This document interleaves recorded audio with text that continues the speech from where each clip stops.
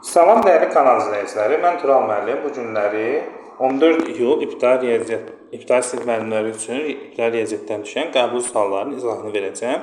Videoya başlamamışdan əvvəl davamlı videolar üçün YouTube kanalına abunə olmağı unutmayın. Onlayn dərslərə qoşulmaq üçün 073 367 32 22 nömrəsinə WhatsApp-da yaza bilərsiniz. İndi isə keçək suallara. Deyir ki, Aynurun 95 manat pulu var. O pulunun 40%-ni xərclədikdən sonra, deməli biz 95-in 40%-ni tapırıq. Yəni 95-i vururuq 40-a, bölürük 100-ə. O da demək eləyəcək 38 manat. Deməli Aynur pulun 38 manatını xərcləyir. 95-dən 38 çıxanda yerdə 57 manat pul qalır.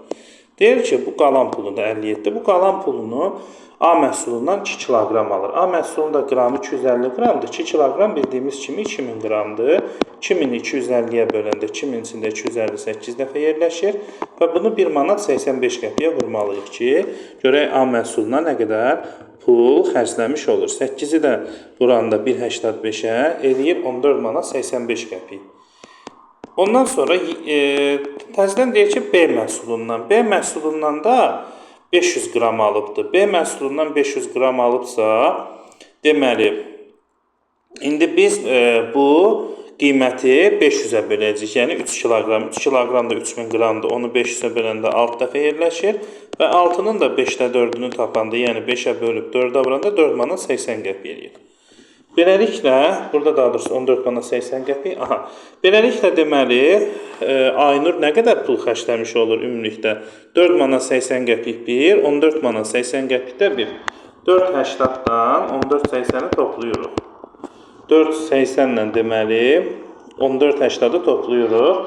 Bunları da toplayanda eləyir 19 manat 60 qəpik. Bəs cibində nə qədər pulu qalır? 57 manat qalan puluydu. 19.60-da da təzədən A və B məhsulunu alıbsa, 57-dən 19.60 çıxanda, deməli, o da qalır 37 manat 40 qəpik.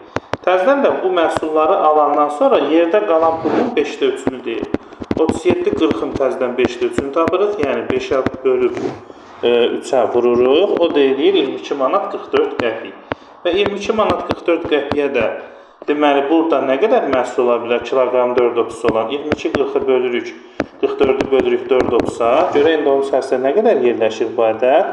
5 dəfə yerləşir. Beləliklə, ən çoxu, deməli, 5, burada ən çox soruşur da, ən çoxu nə qədər məhsul ola bilər? Burada 5 ala bilər, doğru cavab 5 olacaq. Yəni, burada deməli, məhsulun ümumi qiymətini tapdıq, ondan sonra qalan pulunu da tapdıqdan sonra ən çox istəyir. 22-44-üsünə 405 dəfə yerləşir. Ən çoxu 5 dəfə 5 kiloqram ala bilər, yəni konfetdən. Keçirik növbəti suala baxaq. İkinci sual kater məsələsidir. Deyir, kater çayın axını ilə 51 km yolu 3 saata gedir. Çayın axma sürəti 2 km saatdır. Kater çayın axına qarşı 2 saata neçə kilometr yol gedər? Əvvəlcə 51 ədədini 3-ə bölürük, katerin axınla sürətini tapırıq. Beləliklə, katerin axınla sürəti 17 km saatdır. Axına qarşı deyirsə, biz bilirik ki, axına qarşı olanda katerin axınla sürətindən çayın sürətini 2 dəfə çıxmalıyıq. 17-dən 2 dəfə 2 çıxanda, o da olur 13 km saat. Bu olur katerin axına qarşı sürəti. İndi 2 saata nə qədər yol gedər deyirsə, 13-ü 2-yə vururuq, doğru cavab 26 olacaq. Gəldik növbəti suala baxaq. 8-ci sual. Deyir, aralarında deməli, aralarında 1000 metr olan A və B məntəqələrindən yük və minik avtomobili əks istiqamətdə yola düşür. Minik avtomobilin sürəti 120 km saatdır. Yük avtomobilin sürəti minik avtomobilin 8-də 3-ü qədərdir. Avtomobillər hərəkətə başladıqdan 1 saat sonra yük avtomobilin sürətini 60% artırır və avtomobillər burada neçə saata görüşər. Belə olmalıdır şərt, dəqiqə.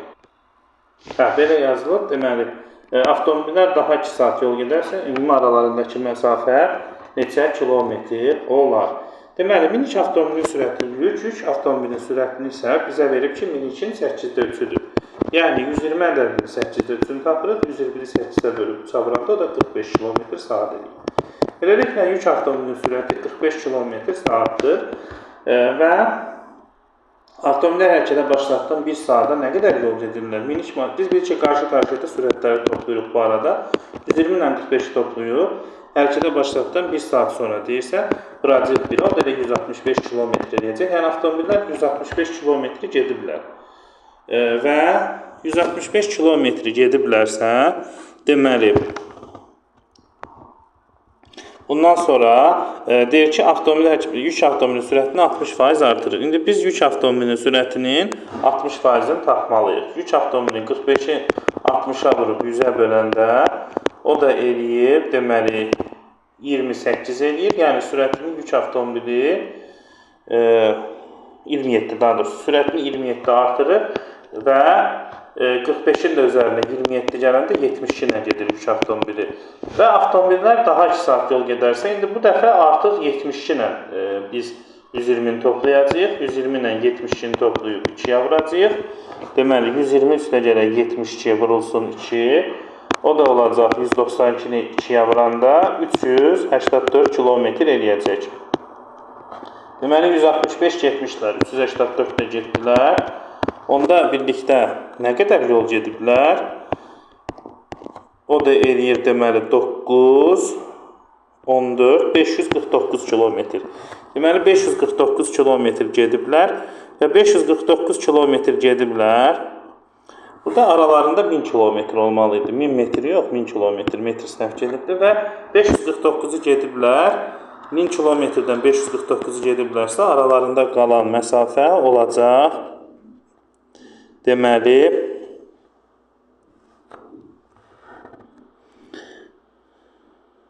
ümumi aralarında məsafə neçə kilometr olar? Yox, bunu kilometrə çevirəcək daha doğrusu. 1000 metr bildiyimiz kimi 1 kilometrdir. 549-dan da birini gediblərsə, deməli, 1 kilometrdə əvvəldən məsafə var idi, bu məsafə 550 olacaq. Yəni 549-un üzərinə 1 kilometr gələcək. Burada əks istiqamətdir. Yəni də əks istiqamətdə sürətləri toplayırıq. 549-un üzərinə 1 gələcəyik, yekunda 550 kilometr olacaq. Keçirik növbəti sual. Burada da deyir tənliyi həll edin və 3+8 ifadəsinin qiymətini tapın. Biz bilirik ki, tənliyi həll edəndə sondan əvvələ getməliyik, rahat olsun deyə. Məsələn, birinci 78-in üzərinə 24 gələcəyik. 78-in üzərinə 24 gələndə 102 eləyir. Sonra 102-ni bu 2-yə böləcəyik. 102-ni 2-yə böləndə 51 eləyir. Ondan sonra 51-dən bu 15-i çıxacağıq. 51-dən 15 çıxanda 36 qalır. Daha sonra 1470-i 35-ə böləcəyik. Deməli, bu da düşəcək. 42 düşəcək və indi 42 çıxar. X-i 36-ya bərabər edəcək. Buradan da X-in qiyməti 6-dır. İndi aparıb burada yerinə qoyacağıq. 3 vurulsun 6. Deməli, 84 gəldi, 102, 102-ni 2-yə böldük, 51. 51-dən 15 çıxdıq, 36 və 1470-i böldük, deməli, 35-ə. 1470-i 35-ə böləndə qalır 42 və 42 çıxar. X-i bərabər elədik 36-ya. X-in də qiyməti 6. Deməli, X-i 6 tapandan sonra aparıb tənlikdə ifadədə yerinə qoyuruq. 3 vuraq 6 üstə gəlir 8. O da edir 26, yəni Y variantı doğru cavab sayılır. Baxırıq növbəti suala. Deyir, avtomobil yolun 7 hissəsini getdikdən sonra 40 km-də getsə, yolun ortasına çatar. Avtomobilin sürəti 80 km/saat olarsa, ümumi yolu gedib qayıtmağa nə qədər vaxt sərf edər? Deməli, yolun uzunluğunu biz bilmədiyimiz üçün yolun uzunluğunu x-la işarə edək. Yolun 7-də 3-ünü gedibdir və 40-da getsə, yolun ortasına çatarsa yazırıq 2-də 1 x, yəni belə yazırıq. İndi yolun yarısı 2-də 1 deməkdir. İndi burada da tərəf-tərəfə çıxsaq, 2-də 1 x-dan çıxarıq 7-də 3 x-i və 40-a bərabər edək ifadənin qiymətini. Ortaq məxrəc 14, o da olacaq 14-də 1x bərabərdir 40. Buradan da x-in qiyməti 560-dır. Yəni, yolun uzunluğu 560 km-dir. Deyir, avtomobilin sürəti 80 olarsa, ümumi yolu gedib qayıtmağa nə qədər vaxt sərf edər? Deməli, 560-ı da 80-ə bölürük. 7 saata gedib, 7 saata qaydar. O da olacaq 14. Yəni, doğru cavab D variantı olacaq. Yəni, sürəti biz gedilən yolu sürətə bölüb zamanı tapırıq. T bərabərdir S bölünsün və 560-ı 80-ə böləndə 7 edir. 7 saata gedibsə 7 saatda qayıdar, ümumi 14 olur. Sonra baxırıq növbəti sual, çox asan sualdır. Düzbucaqlı paralelepipedin oturacağının sahəsi 12 metr kvadrat, hündürlüyü 5 olarsa, paralelepipedin həcminin düsturu belədir ki, S oturacağı vururuq hündürlüyə və həcmini tapa bilirik. 12 metr kvadratı vuracaq, yəni 5-ə, 5 metrə, o da olacaq 60 metrin kubu. Cavablarda metr kubdan olmalıydı. Burada səhv gedib. Demək, doğru cavab burada olacaq 60 metrin kubu. Çox sadə sualdır. İndi isə keçirik növbəti suallara bax. Növbəti suala baxırıq. Deyir, sütunlu diaqramda kitabların ümumi sayı, cədvəldə isə hər kitab üzrə adi kitabxanadan çıxarılacaq köhnə kitabların faiz nisbəti göstərilmişdir. Köhnə kitablar çıxarıldıqdan sonra kitabxanada cəmi neçə kitab qalar? İndi burada biz qalan kitabları istəyirsə, biz elə burada faizi qalana çevirə bilərik də. 10% çıxıbsa, 100-dən 10 çıxanda 90% qalıb. 5% çıxıbsa, 100-dən 5 çıxanda 95% qalıb. 25% çıxıbsa, 75% qalıb. 20% çıxıbsa, deməli 80% qalıb. Belə rahat tapa bilərik. İndi macəra kitabları 120 dənədir. Macəranı tapanda qalanları istəyir. Axırda toplayacaq onları. 120-ni 90-a vurub 100-ə bölək, o da 108 eləyir. Ondan sonra dedektiv kitabları istəsə, dedektiv görsünüz 60-dadır burada. Dedektiv qalan 95%. Yəni 5% istifadə olsa 95% qalıb. 60-ı deməli 95-ə vurub 100-ə böləcəyik. O da eləyəcək demək 57. Sonra gəldik romana. Roman kitabları burada 140-dır. 140-ı 75%. 75-ə vurub 100-ə böləcəyik. Yəni 4/4-ünü tapırıq da 75 və 4/4. Elə də fikirləşə bilərik. Deməli, bu da olacaq 105. Roman kitabları 105-dir və nəhayət elmi kitablar 80% qalıb. 90-ın düşürdü. 90-ın 80%-ni tapacaq. O da 72 eləyəcək. Sonra buradakı qiymətləri toplayacaq. Yəni 108-i, 57-ni, 105-i, 72-ni. Bunları da toplayanda deməli olacaq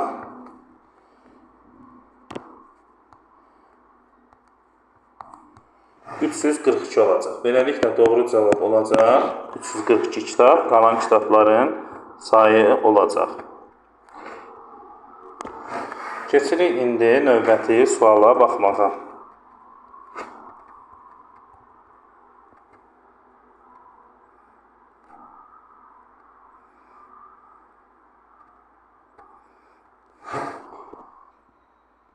Növbəti belə bir sual. 2A+29 ifadəsi kor-bucaq olarsa, A-nın ala biləcəyi ən böyük natural ədədi tapın.